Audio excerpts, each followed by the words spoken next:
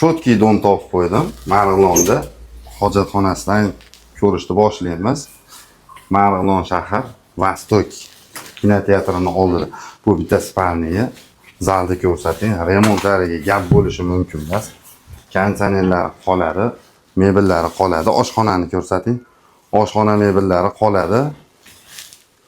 Balkonini xolasiz, balkoniga oshxonani olib chiqib olaverasiz. Balkonlariga zo'r remont qilingan 3 xonali uyimiz. Olib keling, bu spalniyani ham ko'rsating. Katta yo'lni bo'yiga qaragan. Bemalol ko'rsating katta yo'lda. O, Murodlar akami mo'ykasi, Abdulazizlar mo'ykasi.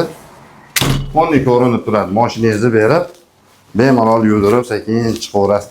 Marg'ilon shahar Vostok 4 etajli domda 2-pod'ezdi, 2-etaji, o'rta pod'ez 3 xonali, 4 xona qilib olsangiz ham bo'laveradi. Bu uyda egalar tomonidan $36,200 qo'yildi. Ozgina kami bor. Mebellari qoladi. Davay bosinglar.